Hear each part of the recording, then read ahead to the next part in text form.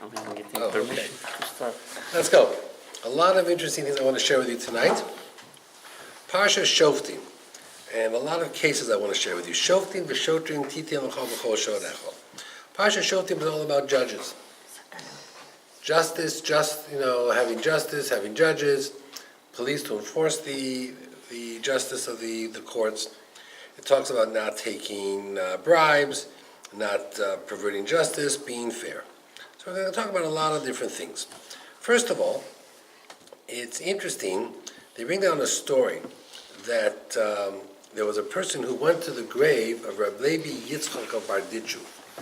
Now that's in Russia. Rabbi Yitzchak of Barditchuv is in Russia, and he was known to always find a schut for Klal Yisrael. That means no matter what the story was before Rosh Hashanah Yom Kippur, he always used to work very hard to justify the Jewish people that they should have a good judgment on Rosh Hashanah Yom Kippur. So a person was davening at their grave, and he was moved by the spirit of this man and how good he felt. He spoke to Rav Pam.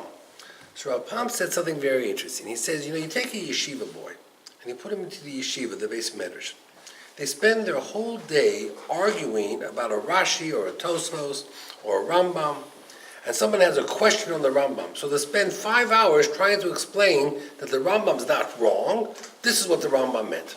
So Pam says a good yeshiva boy should take the same enthusiasm as he defends Rashi or Tosfos or the Rambam, and he should defend Jews as well. This Jew didn't mean what he did. This is what he was doing. He really didn't mean to say what he was doing. He was trying to say something else. The same enthusiasm, lumdus that you use to defend Rashi or Tosfos or whatever it is, you should defend the Jewish people. That's what Rav Pam once said, which was very, very interesting. On Elul, we're in the month of Elul, we're getting ready for Rosh Hashanah. So it's interesting, they bring out a story from the son of Rabbi Eliyahu Lapian. Rabbi Eliyahu Lapian was once the chief rabbi, I think, in London, and then he moved to Eretz Yisrael, Kfar Hasidim. He was a very known person. He was a big Baal Musar. He learned a lot of Musar. So he brings out a story that there was these two non-Jews in the marketplace, and they were talking, and he overheard the conversation. And one non-Jew said to the other, "Did you go into Goldberg's store over there?" He says, "Yeah, sure." "Did you see that product he was selling?" He says, "Yeah, it's unbelievable. It's a really good product, and it's very cheap. We should go buy it." He says, "Nah, something's wrong. It looks like a very good product, but how could he sell it so cheap? Doesn't make sense. So it can't be. There must be a trick over here." So the other non-Jew said, No. This is September, right? Yeah. He says, in September, the Jews are preparing for Rosh Hashanah. It's Elul. In this month, the Jews are very, very honest. They would never trick you in this month. So he says, Rabbi Eliyahu says, even the non-Jews knew Rosh Hashanah was coming. That means we Jews, Sfardim already say Slichot, but most of us don't even realize Rosh Hashanah is around the corner. He says the non-Jews even know Rosh Hashanah is on the calendar. How come we don't know it? Now, fascinating thing. The gematria of the word neshama is 395. The gematria of the word guf, body, is 89. If you take 89 away from 395, it's 306, which is interesting, 306, because the purpose of getting ready for Rosh Hashanah is to put the neshama first, that's spiritual, and take away the desires of the body, the guf. The gematria of the word musar, to give, musar, Listen. right? It's a lesson. A lesson, an ethical lesson, is also 306. So musar equals the same as the neshama less the guf. Someone pointed out to me that the gematria of the word isha, a wife, aleph is 1, shin is 300, hey is 5, is 306. Why? Because it's the wife's job to tell the husband Kids. all the mistakes they're making. Also teaching the kids. And to teach the kids also, but mostly to tell the husband of all the mistakes. It's an Ezer connector. See, the wife's job is not to tell the husband he's doing a good job, it's to point out all the problems. Okay? You innocent young man over here, you have a lot to learn. Not both good. No, Mistakes. it doesn't work the other way. Now, someone said to me something interesting. He says, in Muncie, the main road is route number 306. Doesn't mean anything though. But it was just an interesting observation, you know. It's just that the main highway in Monsey is 306. What does it mean? I don't know. They bring down the story over here. Listen to this. It says that you used to have to give the Kohanim from every animal the zroa, which is like the front leg, the arm, halochaim, the cheeks of the animal, v'hakeba, the stomach. That was part of the gifts to the Kohen. The Rambam says these gifts even apply in chutz la'aretz, outside of Israel. Not everybody agrees. But the Malbim was once a rabbi in a community that was very, very tough. They were becoming very modern, conservative, reformed, and he was battling them all the time. So they once said to him, Rabbi, what do you want from us? So he says, you know what I want? I want the same gifts that people gave to the Kohen. He says, what are you talking about? Wow. The zroa, the arm. I want you to put tefillin on your arm. The lachaim, your face, your cheeks. I want you to look Jewish, not shave your head and razor cut. And keba, your stomach. I want you to keep kosher. I want the same three gifts. I want the hand, the cheeks, and the stomach. Tefillin, looking Jewish, and not giving up your kashrut. So he says, those are the same things that I want. I want those three things. The Torah says a king cannot have too many horses, because if you have too many horses, he'll go back to Egypt. You can't have too many wives. If you have too many wives, Take him away from they will take him away from Hashem. Why would he go back to Egypt? Why? Because the horses of Egypt were very famous. They were very strong, very famous. So he would go back to Egypt to buy all these horses, and Hashem didn't want Jews to go back to Egypt. So now, the smartest of all kings, Shlomo HaMelech, he says, wow, now that I know the reason, I'm not going to make the mistake. And he bought too many horses, he ended up back in Egypt, he had too many wives, and towards the end of his life, things were not as good as they should have been. The Chidushi Harim, the Ger Rebbe says, hold on. There's a third thing it says. Don't take bribes, because if you take bribes, it's going to mix up your thinking. You're going to automatically think this guy is right when he's not right. Why didn't Shlomo HaMelech say, I can take bribes, it won't affect me? Because the Torah says bribes even affect the chacham, the smart guy. So Shlomo wasn't going to be able to be protected from that. So that he respected. The next thing it says, very interesting. They say there's a halacha. The Gemara talks about if you leave certain liquids uncovered overnight, let's say for example water or wine or milk, you don't have a cap on it, you left it uncovered in a cup, what's the halacha? You can't drink it. You can't drink it, you got to pour it out. The Shulchan Aruch says, why? Because they were afraid in those days that a poisonous snake would come in and taste it and let its venom into the drink. So the Shulchan Aruch says today, we don't have poisonous snakes roaming free. Sorry, you have any snakes in your house? Not lately, right? So you don't have any snakes in your house. So the Shulchan Aruch says today, if you leave it uncovered, you can drink it. The Vilna Gaon said no. The Vilna Gaon poured it out anyway. When they asked the Vilna Gaon how come, he said the fact that the Gemara gives a reason doesn't mean that's the only reason. The Gemara gave a reason that we understand. But there are always hidden reasons that we don't understand, that the Gemara leaves out. So I'm not trusting the fact that snakes was the only reason. There's got to be other reasons. So I'm not drinking it. That's what the Vilna Gaon says. Water the same, It's also water not because covered. the bad angels, they But it doesn't Right. touch it. What? Water not Water. covered. Water, milk, and wine. Right. So, so the Vilna Gaon was very, very strict. He says, you know what? Juice too. I'm What about the juice? apple juice, orange juice. It would apply to really any liquid. Right. It's better to. Right. What if you have like you know how you wash Lego glass in the morning? Yes. Usually I put it by my bed. Right. And I fill it up to Right. but it's open. Correct. But you don't drink it. But can I still wash my hands? Yes, you can wash your hands. But how is the tuma, washing a tuma? Because it's not tumah. They were afraid that it was poisonous, that some snake might have put. They was worried about health reasons, not tumah. Now, it's not so. You're not totally wrong, because there's a halacha that says you cannot drink or eat or use anything that you slept on top and was under your bed. So we don't leave food or any food substance under our beds. Ashkenazim are a little bit more lenient, but Rabbi Vajja was very strict with Sfardim. That means if you were in camp and you had a suitcase under your bed full of goodies and then you went to sleep, he said the next day you got to throw everything what out. if it's covered? Like, He didn't care.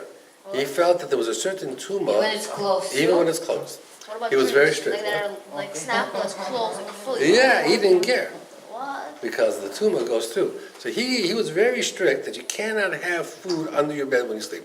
Have it in your nightstand, have it not under your bed.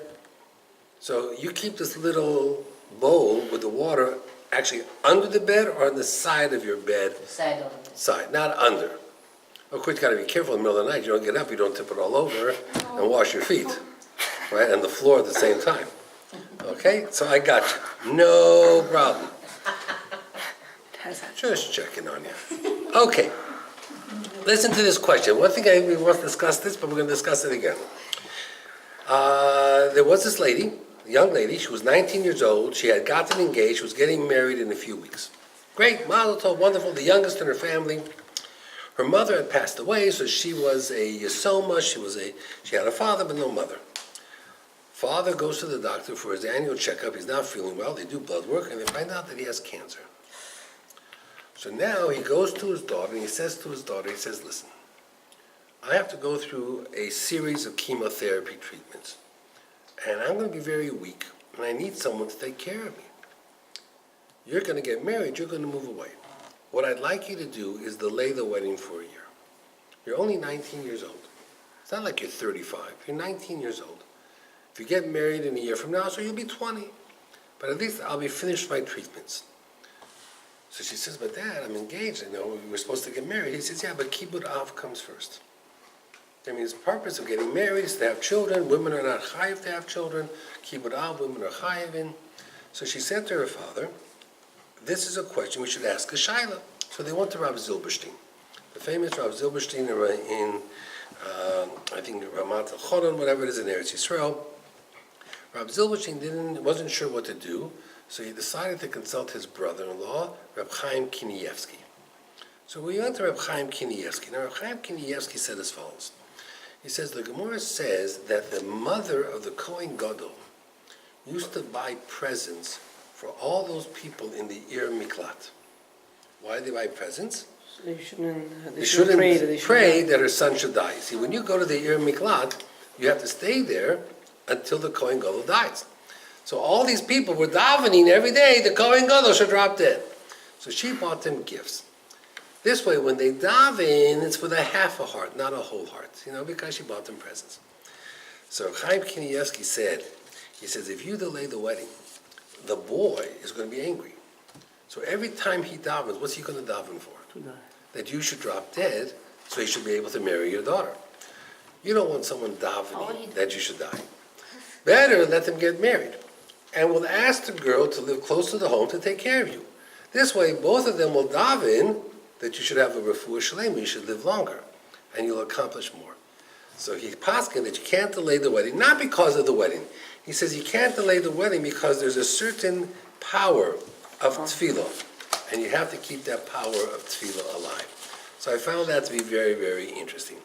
It says that they used to have 3 cities. If someone killed accidentally, right? You were by accident.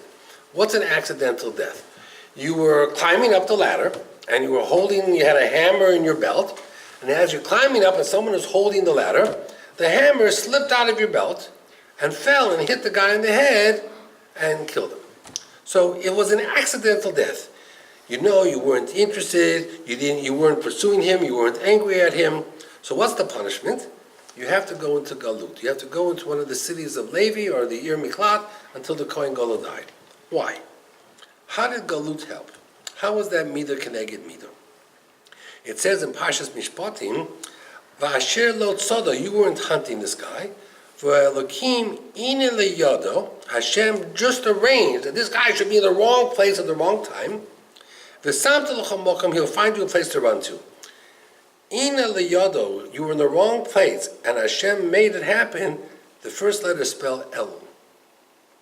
That, Elul is about trying to find yourself in the right place at the right time and to avoid the wrong place at the wrong time. It's interesting that those letters spell Elul. What are the letters again? Ina liyodo, Aleph, liyodo, to your hand, v'samta l'cho, I will give you. V'samta l'cho, Aleph, Lamed, Vav, Lamed, Elul. So you know what the answer? Very interesting answer. He says to kill accidentally, it means you weren't careful about people's lives. You didn't do it on purpose. But if you're not careful, mistakes happen. So why do you go to the Ir Miklat? Because who lived in the Ir Miklat? The Levim. Their job was to teach you the value of life. So you would go to a city where everybody there was very religious and really appreciated every moment of the day, and they would teach you how to appreciate life. That's what it was about. Now look what it says in this week's Parasha. It says if you have a question in law between blood, justice, nega, you should go to the Beis Hamikdash where the Sanhedrin was.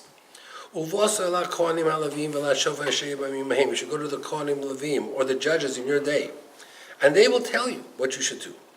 You should do what they tell you. Al Pi Torah, following the instructions of the Torah. Don't deviate. Don't go left or right. Even if they tell you your left hand is your right hand is your left hand, do what they tell you. Okay? Listen to this story. Rav Zilberstein brings down this story. He says there were 4 guys. This is for Sarah. This is a perfect story for Sarah. There are 4 guys, okay? Married guys, happily married guys. They're going to a fancy restaurant. This fancy restaurant has a rule: no cell phones. When you come to the restaurant, before they seat you at your table, they give you a box. Please put your cell phones in the box. And everybody puts their cell phone in the box, like you check your jacket or your coat. And now you go to the restaurant, and there are no cell phones. Which is the way it should be in shul. When you walk in, put your cell phone in the box. Is that how they do it in yeshiva? They lock it up in a locker. They let you have cell phones, but you can't have it in class. Yeah, in the morning you drop it in the box. Drop it in the box, and at the evening you get it back. Right. Okay, so that's what it is. That's good. That's very interesting. Okay, so these 4 guys, lunch, restaurant, having a great time. They're great buddies. One of the guys, let's call him Shimon, he has to make a phone call. So he excuses himself, he goes to the box to get his cell phone, because he has to make a phone call. While he's at the box looking for his cell phone, his good friend Reuven's cell phone starts ringing. And who's on the cell phone? Reuven's wife. Now, Shimon is a prankster. He likes pulling shtick. He's a prankster, and he sounds a lot like Reuven. They have the same type of voice. So he answers the phone, hello, just like Reuven would answer. And his wife is on the phone. He says, Reuven, is that you? He says, yeah, who do you think it is? He says, you know the carpets I wanted to buy? They're on sale at Sears, 40% off. Can I buy them? Please, please, please, please, can I buy them? So Shimon says, yeah, sure, go buy them. Go buy them. Oh, I love you, I love you, I love you. You're so great. You're the greatest husband that ever lived. And he's laughing. He puts the phone back down. He goes back. Anyway, he doesn't say anything. Reuven comes home at the end of the day, and the whole living room has carpets, all these rolls of carpet. So he says to his wife, what's this? What's the carpet for? He says, it's the sale at Sears, 40% off. He says, well, we talked about this. I told you we're not going to buy carpet. He says, but I called you. You called me? You didn't call me. I spoke to you. You didn't speak to me. I asked you permission. You didn't ask me. They have a big fight. Wow. Anyway, Reuven is so angry. He's telling his friend Shimon what happened. And Shimon realizes, whoa, he really caused a lot of problems. So he goes to Rav Zilberstein. He says to Rav Zilberstein, do I have to pay for the carpets? Because really, I told her she could buy the carpets. I was pretending to be the husband. Do I have to pay for the carpets? So Rav Zilberstein says, from halacha, you don't have to pay. Because you didn't really damage her. You didn't cause her damage, and she has the carpets. And of course, she can't return the carpets, because when it's 40% off, it's sale, all sales are final. He said, but I want you to know, you violated like 10 laws of the Torah. He says, 10 laws of the Torah? He says, yeah. Let me list to you some of the things you violated. Right. Number 1, litzonet. You made fun jokingly. Number 2, lifnei iver. You gave a person bad advice. Number 3, midvar sheker tirchoch. You lied. You're not allowed to lie. Number 4, you violated v'ahavta l'reacha kamocha. Love your neighbor like yourself. He went through a whole bunch of halachos. So he says, you need them to forgive you. Now, it's possible they won't forgive you unless you cover some of the cost of the carpet. You got to do whatever it takes to get them to say, we forgive you, even if it means paying for the carpet. I just want you to know, you didn't just do one avera. You did like 10 averas with your little joke. because, it's serious. Rav Lev Steinman. Rav Lev Steinman is one of the Gedolim in Eretz Yisrael. He came out recently with a fascinating statement. He says, there are many diseases today that have no cure. He says, you know why these diseases happen? Because people do not respect Kavod HaTorah. They don't have respect for Torah, or for Chachamim, or Rabbanim. He says, the Gemara says, Kol ha'mavaz Talmud Chacham, whoever embarrasses a Talmud Chacham, ein refuah la'makaso. The illnesses he gets, there's no cure for. So he claims that if you're disrespectful to the rabbi, the punishment is you get diseases that there's no cure for. He was talking about cancer, but it means whatever diseases there are. And he brings down this story. Listen to this story. It's a fascinating story. He says about 300 years ago, in the city of Slavita, which I think is also in Lithuania somewhere, he says there was a fellow Moshe and his children who were publishers. And they decided they were going to publish the Shas, the Gemara, the set. Now you have to understand, 300 years ago there was no art scroll. And there were no sets of Gemaras. This was a big undertaking because every page had to be typeset by hand. They didn't have computers. You had to have all the lettering in Hebrew, and you had to typeset each page, and then you had to print 100 or 200 copies, front and back, page after page. The whole Shas is 2,700 pages. Forget about all the back stuff. So they asked the local Rabbanim, if we do this, since this is a big job, we want a guarantee that nobody else is going to print the Shas for at least 10 years. We want a monopoly for 10 years. Why? Because if we start spending so much money and someone else is going to do it, we'll never be able to sell, we'll never get our money back. Okay? Because they had to invest a lot of money because until you've printed the first set, you had to set up 2,700 pages. It took 3 years to do that. It took a long time. They had to feed themselves. And the rabbis gave it to them. They wrote rabbis all across Europe. They wrote the Chassam Sofer. He put a moratorium. No one else. Cherem. No one can do this except them. They went to the great Rabbi Kiva Eger. He also said, no one can do it except them. And they printed the Shas. Let's say they made 500 copies. Within a year, they sold all of it. Maybe they had 1 or 2 left. So now, instead of 10 years, they printed it and sold out within 5 years. So they were about to start another run when the Re'aim brothers in Vilna said, you know what, we're also going to print a Shas called the Vilna Shas. Now, you're not familiar with the Shas, but the Shas that we have today, the Gemaras we have today, is the Vilna. The first Shas wasn't popular eventually. You'll see why in a moment. But the Vilna Shas became popular all over the world. And that's the format everybody uses. Art Scroll, everybody uses the Vilna the layout. That's what it is. Wow, the minute they heard that the Re'aim brothers were going to print the Vilna Shas, these guys went ballistic. We have a monopoly. We have letters from all the rabbis, 10 years. So they said, well, let's go talk about it because you sold out. The whole reason you got 10 years, because we thought it was going to take you 10 years to sell out. You sold out in 5 years. Oh, we have 2 sets that we didn't sell. So the Rabbi says, we'll buy those sets from you. You have 2 sets, what does it cost? $300 a set? Here, $600, we'll buy it from you. So they went to the great Rabbi Kiva Eger, and they asked him, is the monopoly now for 10 years? Or since they sold out, is the monopoly over? Rabbi Kiva Eger says the monopoly is over, and he gave permission for the Vilna Shas. Other rabbis disagreed. This Moshe and his family were so angry at Rabbi Akiva Eger, they went on a campaign to destroy him. Who does this Rabbi Akiva Eger think he is? He thinks he's so smart. He's an idiot. He's a dummy. He doesn't know halacha. You call himself a rabbi. He's no rabbi. They went after him with a vengeance. With a vengeance! Shortly after, one of the workers in their factory died mysteriously. There was an investigation, and the police arrested Moshe and his entire family.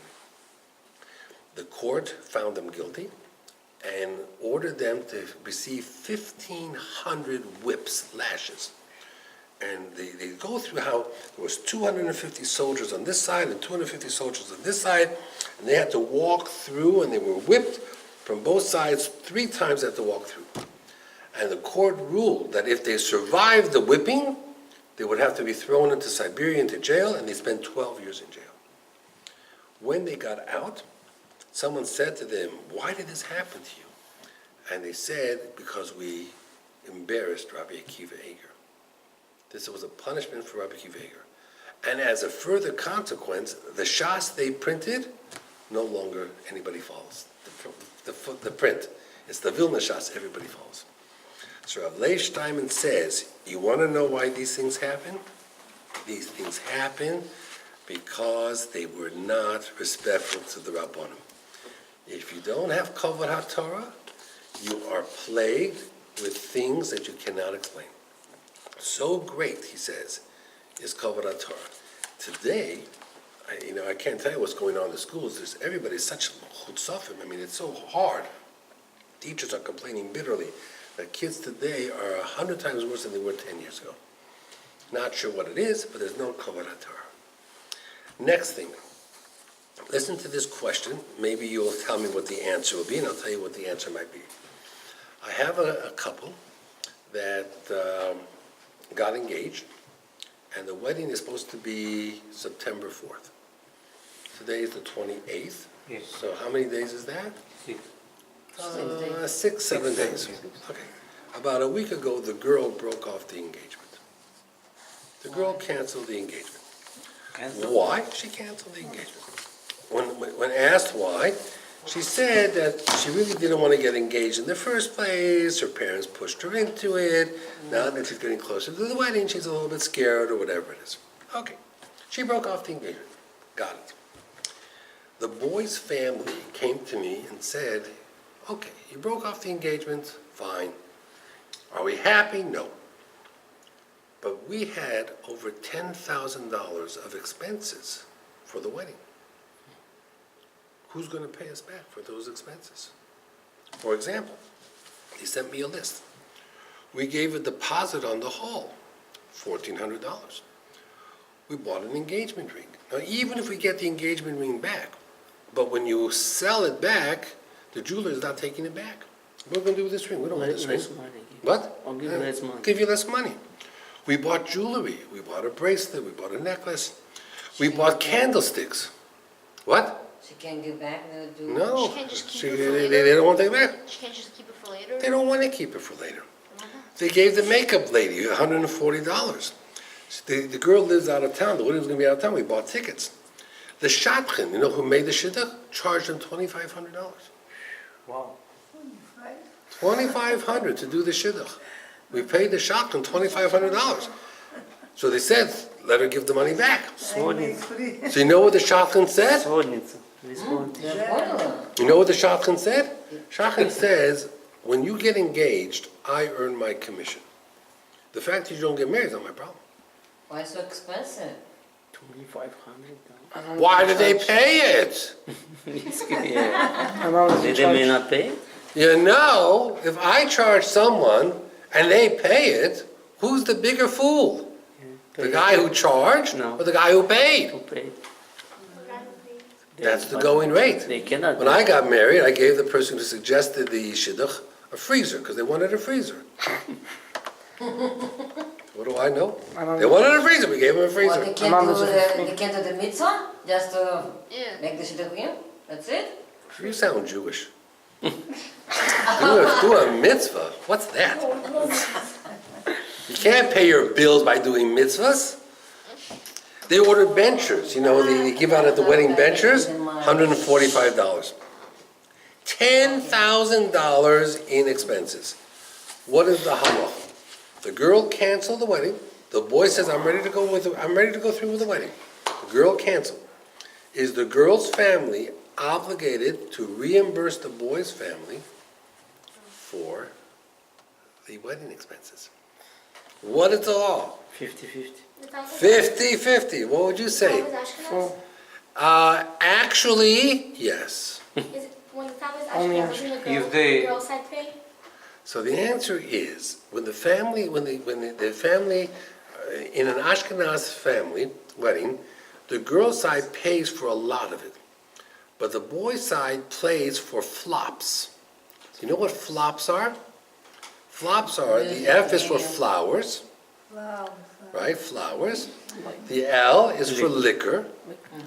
O is for orchestra, the music. P is for pictures. And S is for a sheitel, for a wig.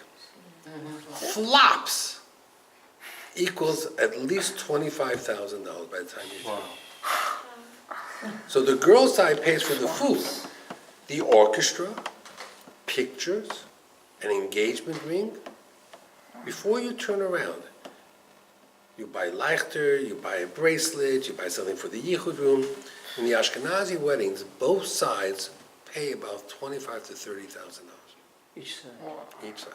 If that's 50-50, if you come. It comes out 50-50. If the girl pays for the meal and they charge $60 per couple, the boy side pays for the flowers and the liquor and the pictures and the orchestra. It almost comes out 50-50. That's how they divided it up. But So the girl side also had expenses. the wedding, they don't, still not do the wedding. This is, you tell me price, everything is equivalent after weddings. Correct, but right now, up to this date, the boy's side has already spent $10,000. They already spent it. Why they do it like so early? Why? You have to have a hall. The hall asks for a They have deposit. insurance. Okay, are you ready? Are you ready? Matati. That's it. An engagement ring you have, Давай этот jewelry you have, there's certain continue expenses. the So thing, main idea. so the answer is as follows. In Hasidic circles, when they get engaged, they sign tanoim, an agreement to get married. So when you sign that, whoever breaks the agreement pays. But amongst many Ashkenazim, they sign that agreement at the wedding table. Before they sign the ketubah, they sign that. And Bukharians don't sign it, Sephardim don't sign it at all. So without this agreement, all we had was a verbal agreement. I said, sure, my son wants to marry your daughter wants to marry my son, no problem, let's plan for the wedding. But there was nothing contract, there was no kinyan. No one picked up the pen and put it. If you do contract, Then- you have a proof. If you did a come back to contract, mine, yes. he who breaches the contract pays. And what happened in this case? In this case, there was no contract. So if the custom is to pay the shadchan at the time of the engagement, which is the custom, the shadchan gets to keep the money. And there are many opinions I have here that say, no agreement, you get nothing back. But there is one opinion. There is an opinion that is from a sefer called,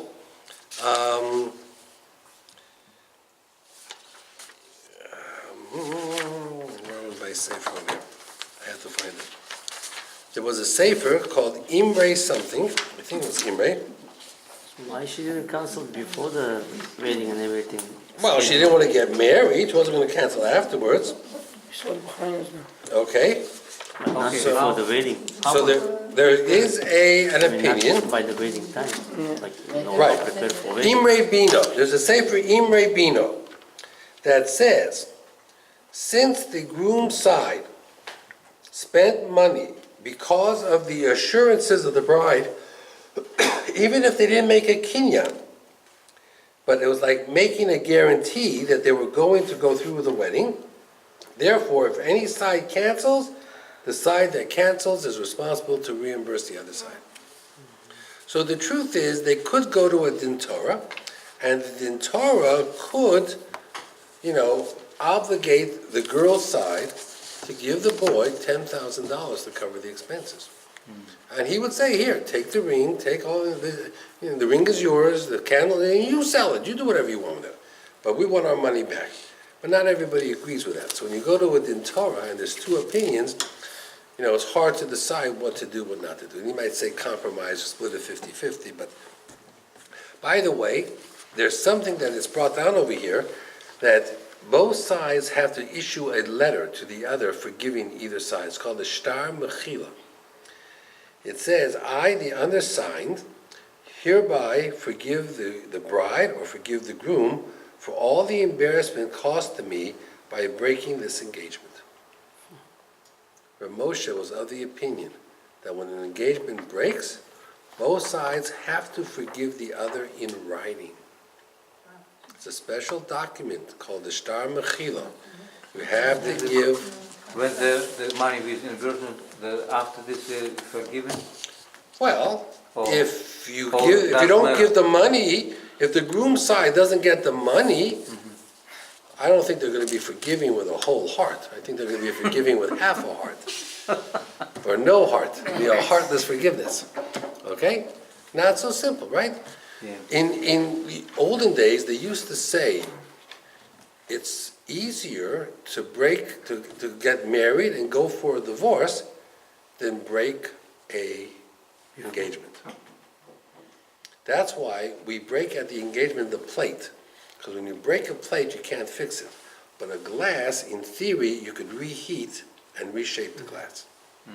So that's why, in the olden days, people would get married and then get divorced. It was better to do that than break the engagement. Now, I had recently a couple, yes, they were Bukharian, a couple by me, going through a divorce, and I was negotiating the settlement. And the guy had taken all his wife's jewelry.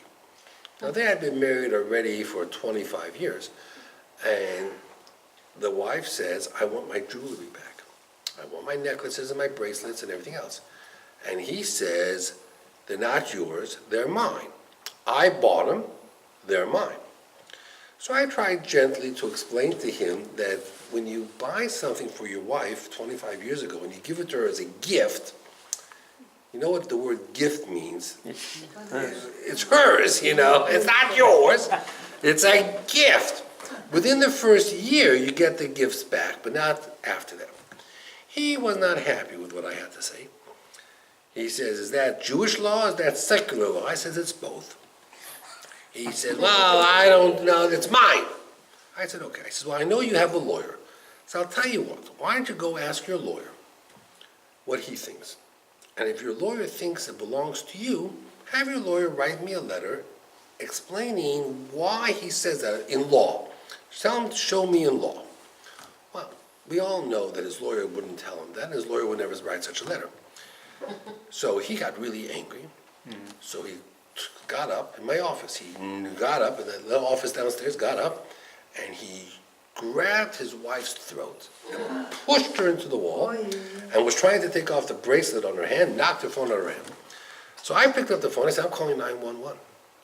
This is not going to happen in my In office. front of you? In front of, and I wasn't going to get up and go in between them, because you know what's going to happen. I'm going to go in between the husband and wife, and I'm going to get punched in the face. I'm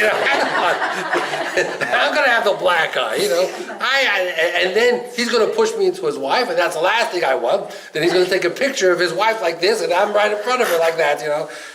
There was no way. I didn't know what to do. You get these situations. I was starting to dial 911, of course they would make the papers and everything else. I just love that. But I called my wife to come down. So my wife came down. I got him at least to back off. I hung up the phone. I didn't call 911. And my wife walked her out to the car. And now they want to come back and talk again. I'm not sure I'm going to have them back again, but we'll see what's going to happen. People get angry, right? People go crazy. People think they're entitled. People think this is what they're entitled. Why he was angry? Because you said go to your lawyer. What you can do? I understood. I could see he was angry. So I said to him, you have a lawyer. She didn't do anything. Yeah, why he was arguing? Because he was angry. Not about the jewelry. He was angry about everything. He was angry about the divorce. He was angry about everything. I have another case of a family where the guy broke into someone's home. I mean, they were, and two neighbors were having a dispute, and one of the neighbors knocked on the door and pushed himself into the apartment. And the person who owns this house called me up and says, this guy is in the house, he's screaming at my husband, what should I do? So I said, are you scared? She said, I'm scared. I said, well, call 911.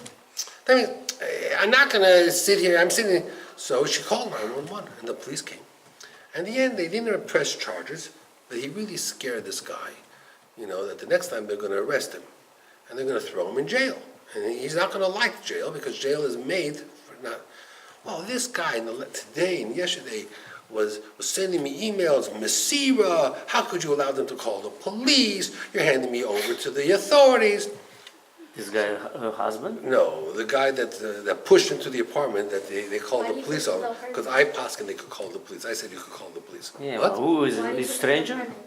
Why did he? Stranger? Push to the apartment. Because he wanted to be heard. He wanted to show that he's the boss. He wanted to show that he could do whatever he wanted. So Who is a stranger or neighbor? it was a neighbor. They're having a big fight about a lot of different things. Wow. He does crazy things. So I said to the guy, number one, what I told this couple is protected by Rabbi Klein privilege. And you have no idea what I told them. But if you think that you can put a person in threat and scare them, and that it's wrong to call the police, you have another thing coming. You're going to end up in jail. Well, listen, Messira, you're not going to have any Olam Haba. I said, I'm not worried about my Olam Haba. I'll be fine in Olam Haba. But if you have a rabbi, have your rabbi call me. I guarantee you, within 5 minutes of talking to me, I'll set your rabbi straight, and he'll set you straight. We don't play games. Nobody has to live in fear or threat. You want to break the law, there are consequences to breaking the law. So don't break the law. Don't break the law. You realize that he couldn't intimidate me. People think they can threaten and intimidate. I don't get intimidated, so that ended that. But, I understand. It's very, very, difficult. I had a neighbor, a Chinese guy, who hated Jews, and hated us. And we didn't do anything to him. He was our next door neighbor. He that wasn't Chinese, he was Japanese. He felt that all the Jews should have been killed in World War II. And he did crazy, crazy things. Anyway, what would he do? Here was my house, and here was his house, and the driveway was in between. He would take his car and back it sideways in the driveway. That means instead of being in the driveway like this, he would back it like this to my kitchen window and let the exhaust fill up the house. Okay. It was 90 degrees outside, it was May, and he kept doing this. And I spoke to the police, the detectives. I have friends, I'm very friendly with the detectives. And they said, well, we have to see him do it. The next time he does it, just call us. This time, he borrowed someone else's car. He pulled in 2 cars to our window, right by our air conditioning, so all the fumes should be sucked into the house. Well, the police came, and they took him away. Attempted murder, felonies. And he was in jail screaming, I'm going to kill all these Jews. And the police detective was saying, you got to hear this guy. He's one for the books. Anyway, the police arrested him. And he went to court, and the judge, threw the book at him and gave us an order of protection. He wasn't allowed to look at us. He wasn't allowed to talk to us. If we walked out of the house, he couldn't be outside. He had to go run into the house. And at some point, we were so angry. I said, I'm just going to punch him in the nose, And the police detective said to me, don't do it. He says, I know you're tempted and you think you're going to accomplish something. But if you do that, we have to arrest you. Okay? It's assault. And that's a felony. So he says, I know how you feel. And you don't think the law works quick enough and fast enough because we have to catch him and it took time, It took a few months to set this all up. He says, but just don't do it. You've got to keep control. People do silly things, crazy things. You got to keep control, and you'll win in the end. Yeah. If you just go through it step by step. You still live there? No, we moved across the street. So he lives across the street, and we don't hear of him anymore, and we don't see him anymore. So that's really the good news, And someone else moved in who's 10 times worse in his mind. He was nuts. The whole block, was crazed by him. And when we put him in his place, it kind of, because the whole block is Jewish. I never knew the Japanese people were against. Oh, he hated. I don't know, maybe all of it, but this guy hated all Jews. He's still there? Or Oh yeah, he's still there, but he's an old man by now, and I don't even know if he has all his faculties at anymore. Okay. The next one, the next, Some place of Talmud said, if you buy, going to buy the home, you should see around. what yeah, the Shoftim, neighbors we were renting. and Good rent- neighbor. Good neighbor. Good neighborhood. That's why this case before violates the good neighbor policy, and that's the problem. The next case, I caution you that it's not for the young at heart. So our impressionable young lady over here, and you two single young boys over here, I hesitate sharing this with you, so I apologize in advance. I raise this with you because this is a decision from the Appellate Division of the Supreme Court of New York that was just came out August 16th, 2017. This was 12 days ago. And it was sent to me because I do court mediation on divorce cases. And this is why people should not go to court. Because you never know what a court's going to do. Okay. Listen to the case. You mean court and, Suit, This is civil not, court. not Jewish. Civil court? No, yes. Listen to this case. On March 5th, 2002, a Hasidic couple from Williamsburg got married. Now, it was a shidduch. The boy didn't know the girl didn't know the boy, the parents read it up. She, of course, a very religious girl. He's a very religious guy with side girls. He's a Hasidic family. In 2005, 3 years later, and 3 children later, the mother told the father that she doesn't like men. She actually is more attracted to women. Now, she's a frum girl living in Williamsburg. Did the wife told the husband? Well, yeah, the wife told the husband that she really doesn't like men anymore. She likes women. After 3 years? After 3 years. Oh my God. So it means she already was seeing some lady. Oh, Well, it means that this guy must have been a very horrible husband, that she no longer likes men, she likes women. But we won't go there. I don't know what the isn't reason that not was. allowed Torah? Torah reasons it's not allowed? And give this guy a cigar. That's a good. That's yes. Yeah. It's interesting that the Torah really forbids men in this relationship. I don't know about women. I don't think the Torah talks about women. But we live in New York. It's a modern world. So they ended up going to counseling, and in the end, they were divorced in March 2009. So it took 4 years, 4 years of counseling. Counseling didn't help. She was interested in women. So they decided to have a divorce, and they had an agreement between the two of them. She would make sure the children were raised Hasidic, in the home, outside the home, the way they would dress, the way they would do things. I think there was 2 boys and a girl. They had a daughter 5, a son 3, 2 girls and a boy. They'd be raised Jewish, they'd be raised Hasidic. They would go to Hasidic schools. They would make sure to keep Shabbos and kosher. The father would get every Shabbos, have visitation every Shabbos and every Yom Tov. And the mother would make sure never to let the kids know She liked it. about her sexual preference. They had an agreement. Okay. That's good. This lasted for about a year. The mother felt very angry that the Williamsburg community was not open to her lifestyle. As a matter of fact, she felt that the conservative and reform communities were more open to her lifestyle. So she began to dress more modern. She began to identify with conservative reform. She allowed her children to ride the subways on Shabbos. She no longer kept kosher. She shaved off the peyot of the boy. She changed all their dress and all the way they were acted. She took him on Purim to an Easter egg hunt, and she began showing them movies all about Christmas and all the other holidays to educate him. The father, realizing this, right, filed in court for full custody. He argued that she broke the contract. We had an agreement.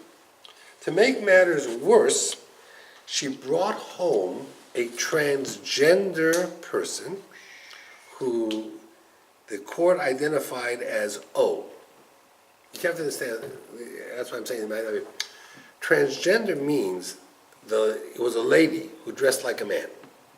So she felt that for the kids, it looked like a man, right? So it was normal, man, woman. But she really wasn't a man. She was a woman. She just liked dressing like a man. Okay.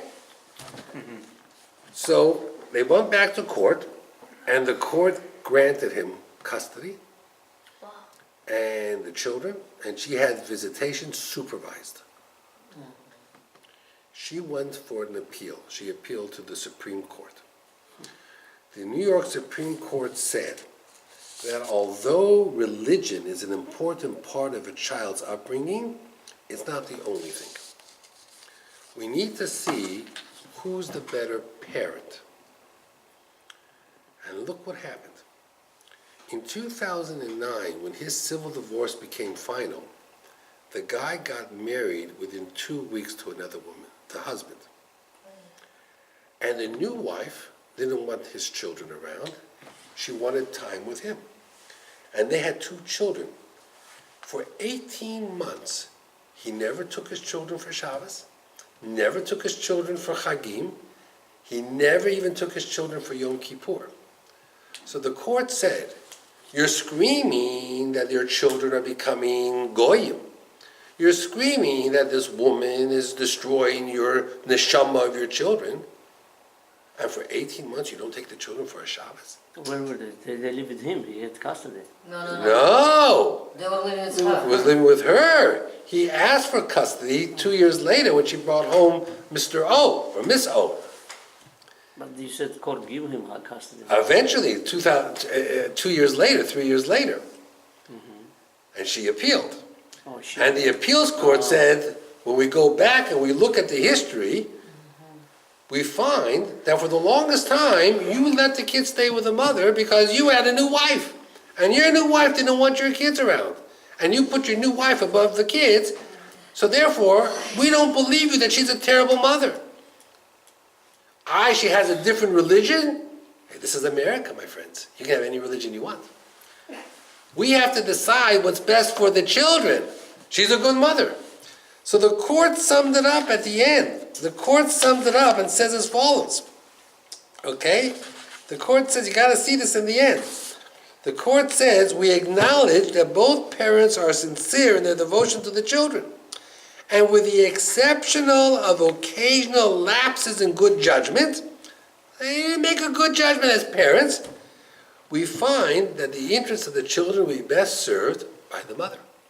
Now, they did order the mother to go back and respect the Hasidic religion, and that the children should dress Hasidic, and she should feed the children only kosher, and try to keep Shabbos, and that the father should have extra visitation. But you know what they said? If you were worried about those kids, you should not have taken 1.5 years, 2 years off and not see your children. If you love your children and you want to get remarried, let your wife know you have children and that we have to serve both. So even though the court gave him custody because of what she did, the appeals court reversed it. And the fact that she doesn't want to live a Jewish lifestyle, no problem. This is America.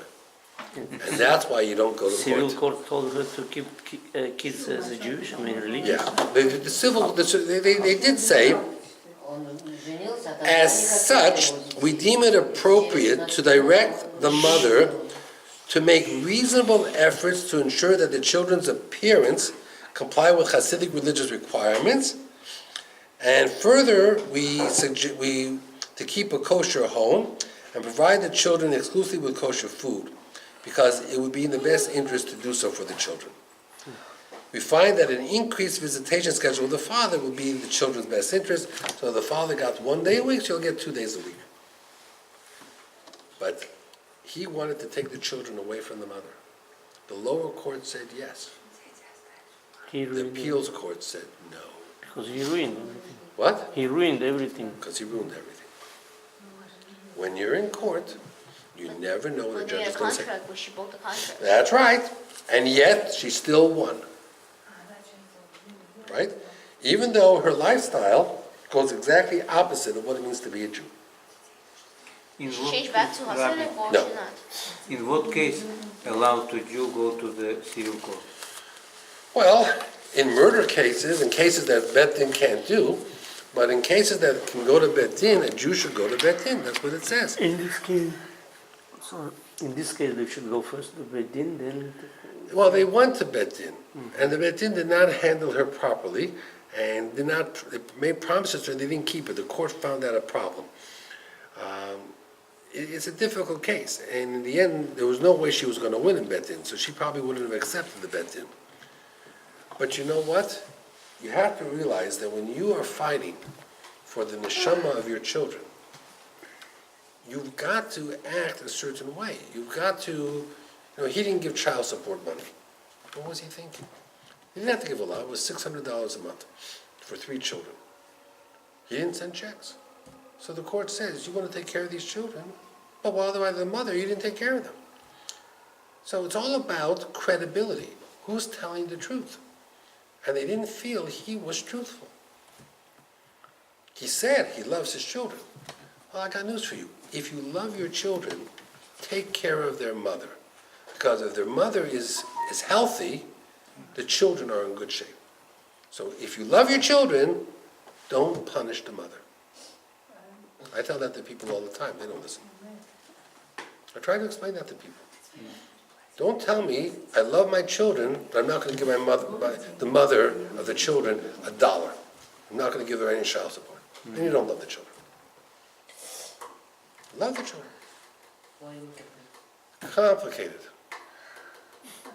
But it's just so interesting how the court ruled and the appeals court threw it all out. Yeah. What happened to the family right now recently? What's happening to I them? really don't know. This just came out. What it tells you is that life is complicated. People are complicated. American law changes, evolves. Everybody has rights. I tell people all the time that even if someone is a murderer sitting in jail, he has the right to have visitation with his children. Yeah. A father is a father and a mother is a mother. Don't take away the children from their parents. Respect the relationship. The courts do. Got it? Have a good night.